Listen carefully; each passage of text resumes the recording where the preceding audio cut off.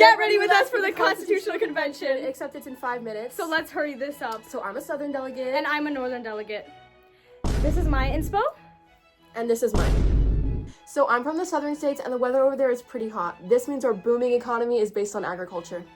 You mean slave labor? Well, we gotta do what we gotta do to keep the economy thriving. Anyways, the Southern economy is dependent on slave labor. Slaves don't really receive rights and are mainly bought and sold.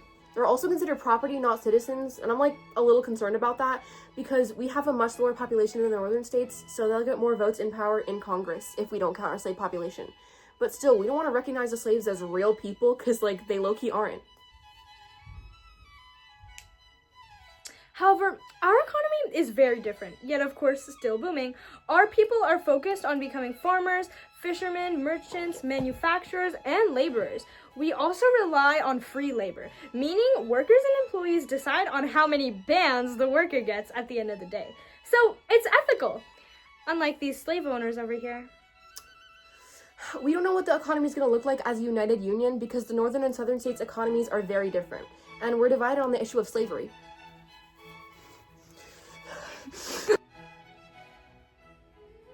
But another issue we're divided on is tariffs and trading. Basically, the North is the center of shipbuilding and national trade, so we're kind of 1v1 in Great Britain in terms of trading. Because of this, we want to place tariffs on goods from other nations so that America thrives and can stay at the level of other countries like Great Britain. This means that any goods imported from other countries will cost more, and it will cost less to make them in the US instead. This is going to make our people buy American products more while also keeping us self-reliant. So you want to ruin the southern economy? What do you mean? Girl, you aren't the only one in on the trading game. The southern states are a major exporter of agricultural products like cotton, tobacco, and indigo, but that's basically it. We're dependent on Great Britain and other European countries for many of the goods we need. If we place tariffs on imports, most of our everyday goods will become more expensive. Also, we're low-key gonna tweak if it's harder to sell our products because of tariffs that already primarily benefit you northern weirdos. You're literally so inconsiderate. Listen, we just want the government to have the power to control foreign trade. Girl, I hope your wig melts off at the convention. I can see right through you and your lace. Giving the government that power would obviously make them pass those tariffs you want so badly for your economy. Selfish.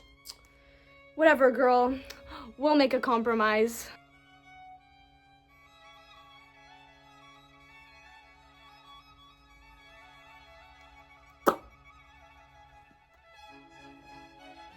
Anyways, guys, this is the finished look. It's really giving social contract chic. I tried to go for that founding father look, but I'm really serving mother. Oh my god, are you to the Boston party? Because the look is tea. Alright, well, let's go to the Constitutional Convention. Promise to give you a little sneak peek. No! I am not going to join this stupid union if you get rid of slavery! Go tell your slaves that! I thought they were bringing Benjamin Franklin in a box. Turns out you're built like the box. Just join the union without slavery! How about that wig? Join the trash can! My wig!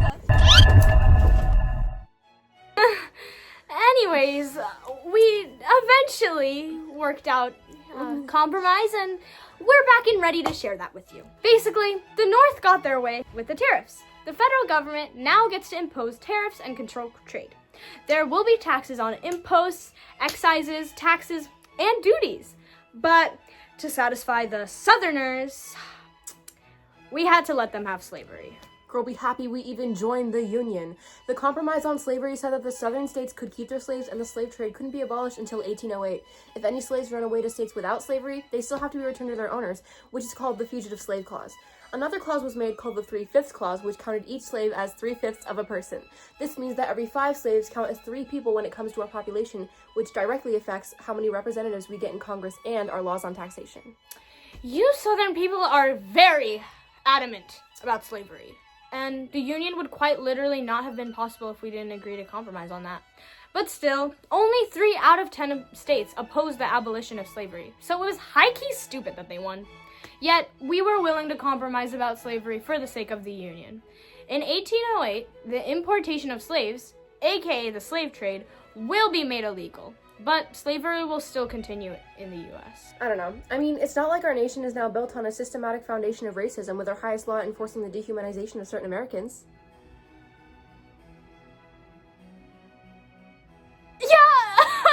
this sissy philosophical talk. We know all that matters is the economy.